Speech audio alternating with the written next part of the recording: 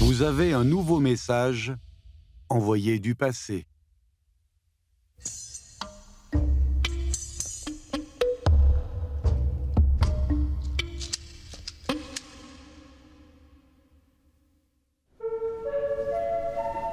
Chers visiteurs, notre musée va bientôt fermer ses portes. Assurez-vous d'emporter tous vos biens quand vous partez. Merci de votre visite.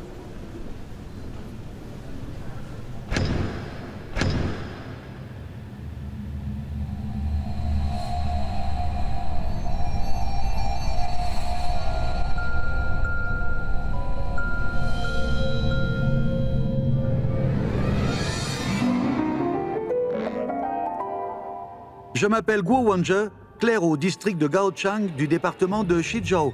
Je suis chargé de la transmission des écrits officiels et du contrôle des instruments juridiques. Mais les gens me surnomment aussi l'encyclopédie de Gaochang. L'encyclopédie!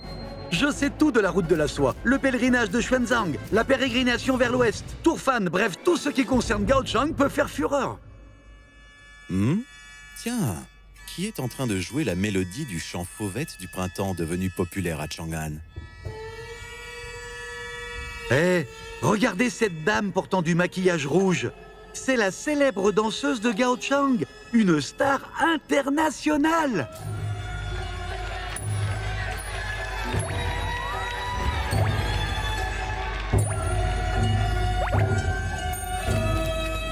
Mesdames et messieurs, détendez-vous. Chaque jour, l'ouverture du bazar de Gaochang s'accompagne de 200 battements de tambour.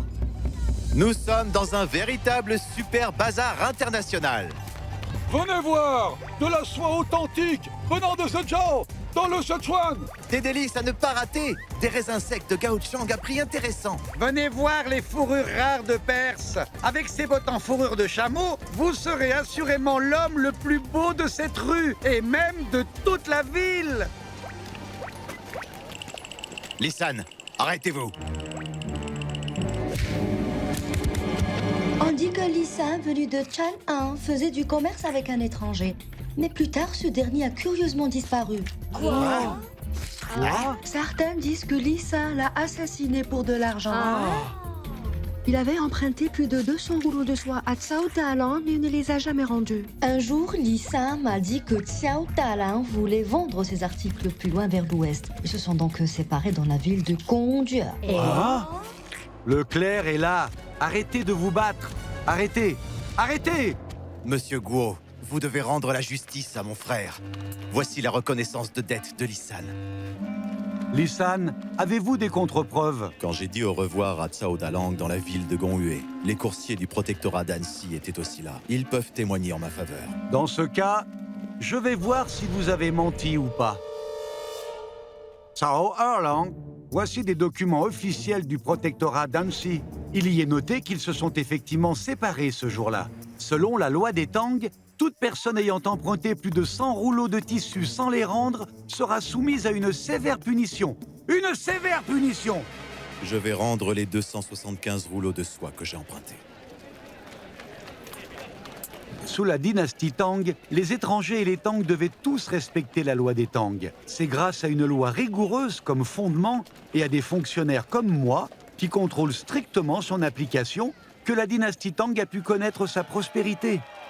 Le litige entre Cao Erlang et Lisan sera fidèlement retranscrit. À leur expiration, les documents n'ont pas été jetés pour autant, parce que le papier était précieux à l'époque.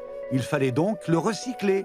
Ils sont découpés et pliés sous forme de chaussures, de chapeaux et même de cercueils en papier pour être enterrés avec les défunts. Ainsi, des récits d'événements ayant eu lieu à Gaochang, importants ou pas, ont pu être conservés jusqu'à nos jours dans les tombes d'Astana, sous un climat aride. L'espace et le temps des contrées occidentales de la dynastie Tang ont été pliés et sont conservés près de la montagne de feu.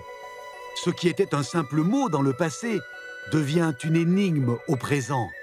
De grands événements insignifiants et de petites choses bouleversantes. Ainsi est faite l'histoire d'Astana. De nouveaux messages du passé attendent d'être lus.